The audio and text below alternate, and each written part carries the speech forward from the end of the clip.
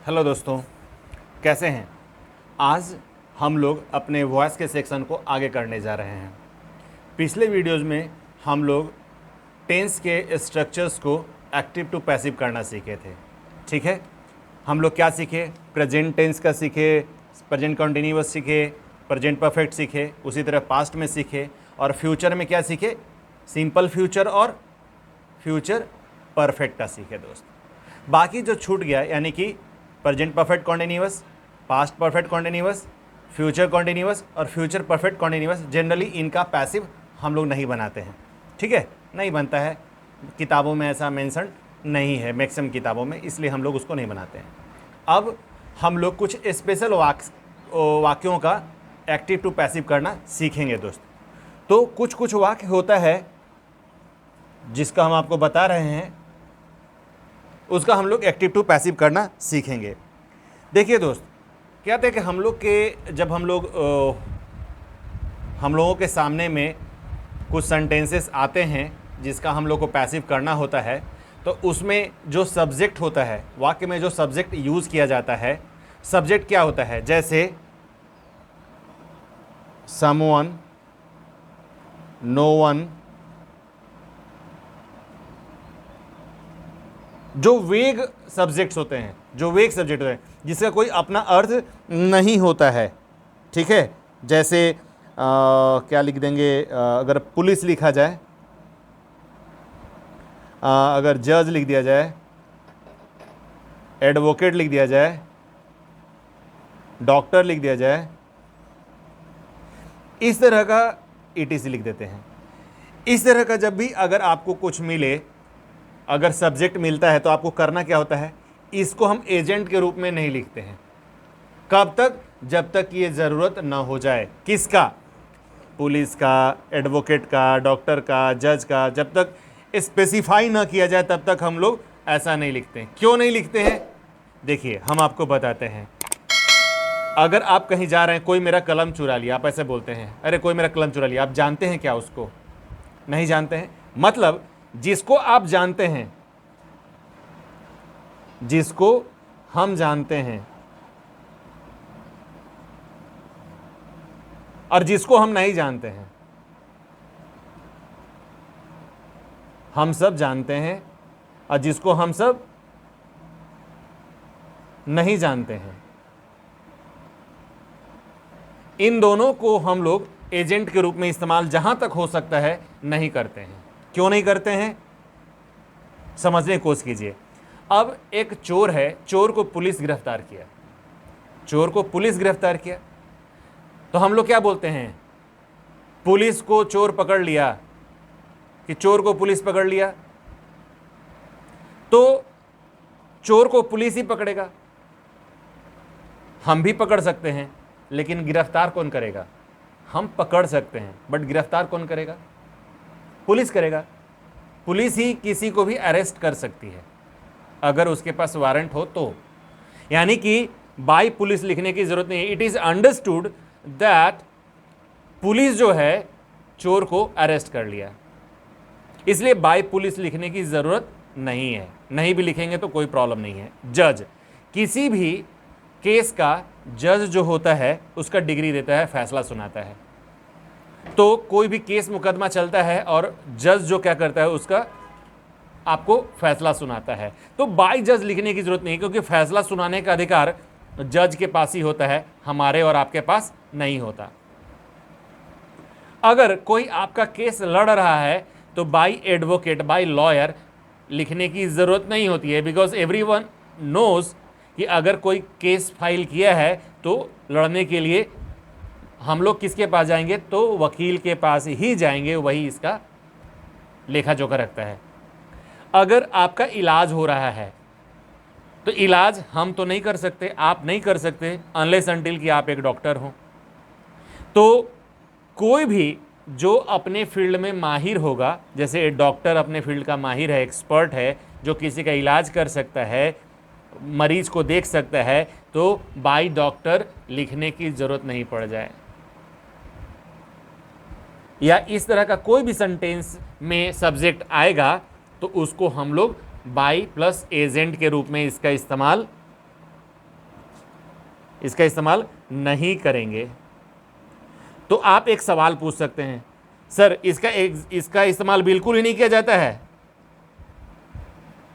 नहीं, ऐसा बात नहीं है दोस्त, कहीं कहीं इस्तेमाल किया भी जाता है। अक्सर आप पेपर में, न्यूज़पेपर में, मैगजीन्स में, समाचार में, कहीं पर भी आप सुनते जरूर होंगे बाय समवन लिखा जाता है। तो कब लिखा जाता है? उसका एक स्पेशल केस होता है जिस समय हमको बताना पड़ता है कि मिस्टर शर्मा जो पुलिस हैं उन्होंने उस फलना चोर को गिरफ्तार किया, या उस फलना जो विलेन है, अंडरवर्ल्ड डॉन है, उसको गिरफ्तार किया। तो वहाँ स्पेसिफाई करना पड़ता है उस पुलिस का, उस अधिकारी का, तब वहाँ पर उनका नाम लिख के आता है, तब वहाँ पर बाय पुलिस लिखना जरूरी होता है। जब कोई बहुत बड़ा केस होगा, उसका जजमेंट देना होगा, तब लिखा जाता है कि उस बेंच के जो जज हैं उन्होंने इसका फैसला सुनाया। अगर कोई केस का मुकदमा कोई वकील लड़ रहा है, स्पेसिफाई करना जरूरी है, तब जाकर उस एडवोकेट का नाम के साथ हम लोग बाय एडवोकेट का यूज़ करते हैं। और जब कोई केस का कोई स्पेशल केस है, मतलब हॉस्पिटल में, उसके लिए कोई डॉक्टर कुछ अगला अच्छा काम किए या कहीं पर बहुत गंदा काम हो गया, पेशेंट मर गया या कुछ स्पेशल केस हो गया, तो वहाँ पर उस डॉक्टर के साथ हम लोग मेंशन करते हैं बाय डॉक्टर। ठीक है, मतलब जनरल जो हम लोग सेंटेंसेस यूज़ करते हैं उसमें इनका बाय प्लस एजेंट का यूज़ करने की कोई ज़रूरत नहीं है, लेकिन जब स्पेशल केस हो तो वहाँ पर हम लोग लगा सकते हैं। एक आधा एग्जाम्पल हम आपको देते हैं दोस्त, आपको अच्छा लगेगा समझने में। जैसे अगर हम बता देंगे कि कोई अगर बोलेगा someone has stolen my pen, मतलब किसी ने मेरी कलम चुरा ली। Someone has stolen my pen मतलब किसी ने मेरी कलम चुरा ली है। तो माई पेन ये अगर एक्टिव है तो पैसिव वॉइस क्या होगा? My pen has been stolen by someone. अब यहां बाय समवन लिखने की कोई जरूरत नहीं है, क्योंकि आप देखे हैं क्या? आप किसी को देखें कौन आपका कलम लिया? आप नहीं जानते हैं, तो इट इज नॉट नेसेसरी कि आप वहां पर बाय समवन का यूज करें। सम या समवन जो भी है, तो इसका कैसे होगा? मेरी कलम चुरा ली गई। कैसे लिखेंगे? मेरी कलम चुरा ली गई है। इसका हिंदी कुछ ऐसा बनता है दोस्त, ठीक है। The police arrested the thief, police ने चोर को गिरफ्तार किया। द थीफ क्या लगाएंगे? पुलिस अरेस्टेड द थीफ है, the thief was arrested by the police लिखने की जरूरत नहीं है। द थीफ वॉज अरेस्टेड लिख देंगे, काफी है दोस्त। क्लियर है? चलिए एक अलग तरह का फिर हम लोग वाक्य सीखते हैं दोस्त। ये तो दोस्त बहुत इंपॉर्टेंट था, जो कि आप बहुत सारे बच्चे मेरे से ये सवाल पूछते हैं, सर कहाँ पर यूज़ करते हैं? आप तो बोलते हैं नहीं यूज़ करते हैं, लेकिन पेपर में दिखता है तो ऐसे ही कारण से दिखता है और कोई इसका दूसरा वजह नहीं है दोस्त, ठीक है। जैसे एक आधा सेंटेंस कुछ ऐसा आपको दिखता है, आई सॉ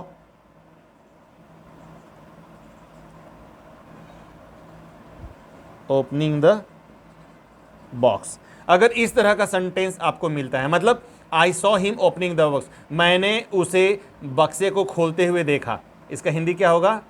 मैंने उसे बक्से को खोलते हुए देखा। ये हो गया एक्टिव। इसका पैसिव कैसे करेंगे बच्चा? इसका पैसिव करेंगे he was seen opening the book लिखने जा रहे हैं बच्चा, बॉक्स। अब यहां पर ध्यान दीजिए, आई सॉ हिम, तो ही वॉज सीन। बाय मी लिखने की जरूरत नहीं है यहां पर। ओपनिंग द बॉक्स तो हम ऐसे लिख दिए हैं, तो यहां पर बाय मी लिखने की जरूरत नहीं है, ठीक है। तो यहां पर बाय मी नहीं भी लिखेंगे तो कोई प्रॉब्लम नहीं होगा बच्चों। ठीक है, तो इसका हिंदी क्या होगा? उसे बक्से को खोलते हुए देखा गया। जैसे बोलते नहीं है, चोर को चोरी करते हुए देखा गया, अरे उसको वहां पर घर में सेंध मारते हुए देखा गया और पुलिस उसको पकड़ ली, ऐसा होता है। तो इस तरह का वाक्य आपको मिल जाएगा दोस्त। ठीक है, एक और भी तरह का वाक्य हम आपको बताने की कोशिश करते हैं, जैसे इंपरेटिव सेंटेंस मिलता है आपको। इंपरेटिव सेंटेंस क्या होगा दोस्त? इंपरेटिव सेंटेंस मिलेगा। इंपरेटिव सेंटेंस का मतलब क्या होता है? जिसमें ऐसा वाक्य जिसमें आपको ऑर्डर देने की जरूरत हो जाए, सजेशन देने की जरूरत हो जाए, मतलब वाक्य में एडवाइस देने की जरूरत हो जाए, मतलब वाक्य में आपको रिक्वेस्ट करने की जरूरत हो जाए, इस तरह का जो भी होगा, जैसे आपको कमांड करने की जरूरत हो जाए, अगर इस तरह का वाक्य में आए तो आप उसको कैसे एक्टिव टू पैसिव करेंगे, कैसे करेंगे दोस्त? सोचिए। जैसे एक एग्जाम्पल देते हैं, मान लेते हैं यहां पर लिखा जाए हेल्प द पुअर। इसका मतलब क्या होता है? गरीबों की मदद करो, गरीबों की मदद करो या कीजिए, जो भी आपको जैसे भी मन करे आप उस सेंटेंस को वैसे यूज कर सकते हैं। गरीबों की मदद कीजिए। तब उसके लिए आप क्या करेंगे दोस्त? कैसे बनाएंगे इसको? सोचिए कैसे बनाएंगे। तो इस तरह का जब वाक्य होता है तो इसको बनाने का तरीका क्या होता है? इस तरह के वाक्य को अलग अलग तरीके से आप बना सकते हैं। ठीक है, तो कौन कौन सा तरीका हो सकता है? इसको आप ऐसे भी बना सकते हैं। ये मान लेते हैं एक्टिव है, इसका पैसिव करेंगे तो क्या होगा? The poor should be helped. ठीक है, the poor should be helped, इसको ऐसे बना सकते हैं। इसका मान लेते हैं ये तरीका नंबर 1 है। इसको और भी तरीके से बना सकते हैं। कैसे बना सकते हैं? आप सोच के देखिए। आप अगर इसको बना रहे हैं, इसका मतलब क्या निकलता है? इसका मतलब निकलता है the poor should be helped, मतलब गरीबों की, इसको हिंदी में क्या लिखेंगे? गरीबों की मदद की जानी चाहिए। गरीबों की मदद की जानी चाहिए, ये एक तरीका हो गया। दूसरा तरीका क्या होगा? इसको आप जैसे किसी को बोल रहे हैं, तो किसी को तो आप गरीबों को मदद करने के लिए इसको ऑर्डर तो आप नहीं दे सकते ना। अगर आप इसको ऑर्डर देंगे तो कोई आपका काम नहीं करे, कोई आपका बात नहीं सुनेगा। तो आपको क्या करना पड़ेगा? उसके लिए आपको किसी को एडवाइस करना पड़ेगा या फिर रिक्वेस्ट करना पड़ेगा। समझ में आ रहा है? आप किसी को क्या कीजिए? एडवाइस कीजिए। समझ में आ रहा है? एडवाइस करेंगे तो you are advised to help the poor या you are suggested to help the poor. You are advised, suggested to help the poor, requested। तो आप बोलेंगे सर ऐसा क्यों यूज कर रहे हैं? देखिए सर, ऐसा तो किताब में नहीं लिखा रहता। भैया किताब में नहीं लिखा रहता। आई एम नॉट सेइंग कि ये किताब में लिखा मिलेगा। मतलब ये है कि आपको गरीबों की मदद करने की सलाह दी जाती है, आपको सलाह दिया गया, आपको सजेस्ट किया गया, आपको करने के लिए दबाव नहीं डाला जा रहा। आपको करने की इच्छा है कीजिए, नहीं करने की इच्छा है मत कीजिए। लेकिन इसको लिखने का ये तरीका भी हो सकता है। इसको एक तरीके से और भी बना सकते हैं दोस्त। इसका एक तरीका आप यहां पर आपको लिख देते हैं। 3rd number, let the poor be helped. Let the poor be helped मतलब गरीबों की मदद की जाए। गरीबों की मदद की जाए। आप किसी भी तरीके से इसको बना सकते हैं। किताबों में कहीं पर इस तरह से भी लिखा मिल सकता है, इस तरह का भी मिल सकता है, इस तरह का मिल सकता है। देखिए मेरा बताने का तरीका दोस्त ये है, हम आपको पहला वीडियो में ही ये बता चुके थे कि वॉइस, नरेशन, डिग्रीज, ये सब जो ट्रांसफॉर्मेशन का जो पार्ट है, जो हम लोग ग्रामर के हिस्से में पढ़ते हैं, ये सिर्फ एक बात को दूसरे तरह से बोलने के लिए सिखाया जाता है। एक बात ऐसे बोला गया, इसको आप और कैसे दूसरे तरीके से बोल सकते हैं, इट इज इंपॉर्टेंट, ये आपको सीखना है। ठीक है बाबू, तो ये चीज आपको समझना है। इसको एक तरीके से और भी लिख सकते हैं, इसको एक तरीके से और भी लिख सकते हैं, द पुअर नीड हेल्प। अब आप बोलेंगे सर यहां पर तो V3 लगता है, यहां पर तो आप V3 नहीं लगाए हैं, द पुअर नीड हेल्प लिख दिए। हाँ भैया लिखे हैं, कहने का मतलब है कि इस वाक्य को इतने तरीके से हम दूसरे तरह से पेश कर सकते हैं। मेरा मकसद है आपको तरह तरह का एक ही बात को अलग अलग तरीके से कैसे बोला जा सकता है ये सिखाना। ये हम नहीं बोल रहे हैं कि सर वॉइस में V3 लगता है तो आप V3 नहीं लगाए हैं तो वाक्य आपका गलत है। हम इसके बारे में बिल्कुल चर्चा नहीं कर रहे हैं दोस्त, हम सिर्फ ये सिखाना चाहते हैं कि एक ही बात है, इसको अलग अलग तरीके से हम लोग कैसे बोल सकते हैं ताकि जब कोई यूज़ करे तो आप उसको रिस्पॉन्ड कर पाएँ।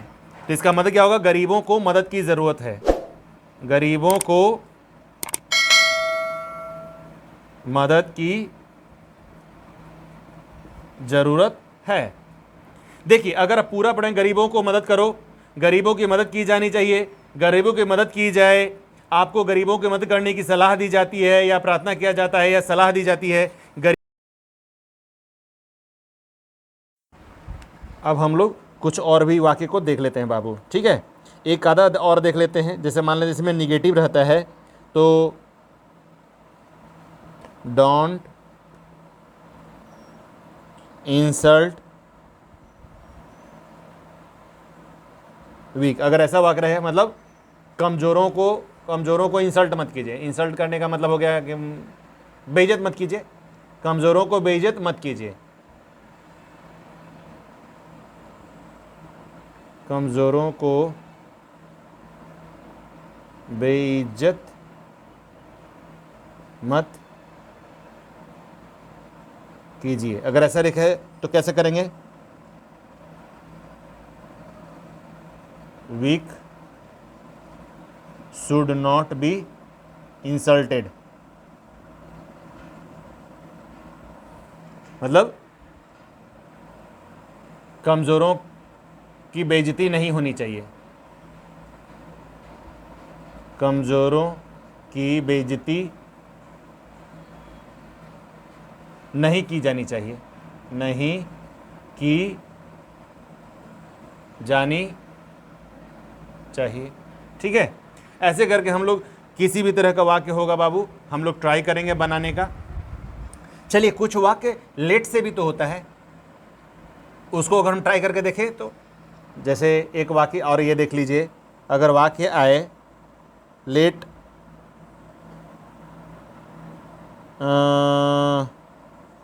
हिम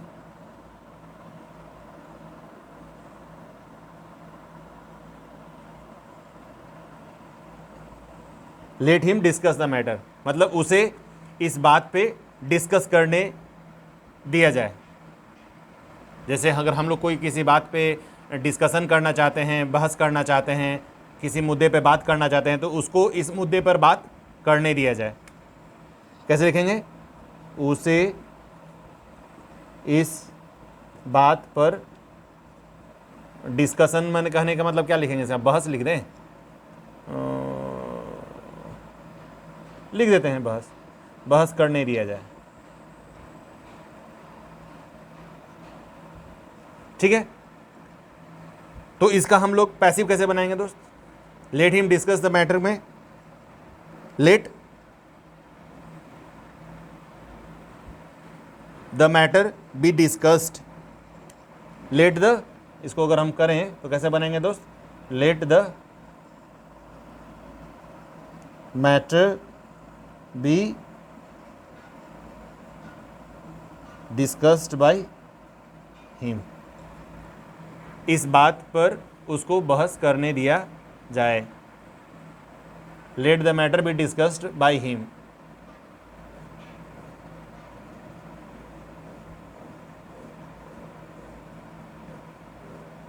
उसके द्वारा बहस करने, let the matter be discussed by him, इस बात पर उसके द्वारा बहस करने दिया जाए। ठीक है, इस तरह से भी हम लोग बना सकते हैं। अगर एक आधा वाक्य और देख लें, अगर जैसे एक वाक्य हो लेट अस डांस, चलो हम लोग साथ में नाचते हैं, हम लोग साथ में नाचते हैं। अगर इस तरह का वाक्य रहेगा तो क्या बनाएंगे बाबू, इसका जो हम लोग पैसिव बनाएंगे तो क्या बनाएंगे, it is suggested that we should dance together,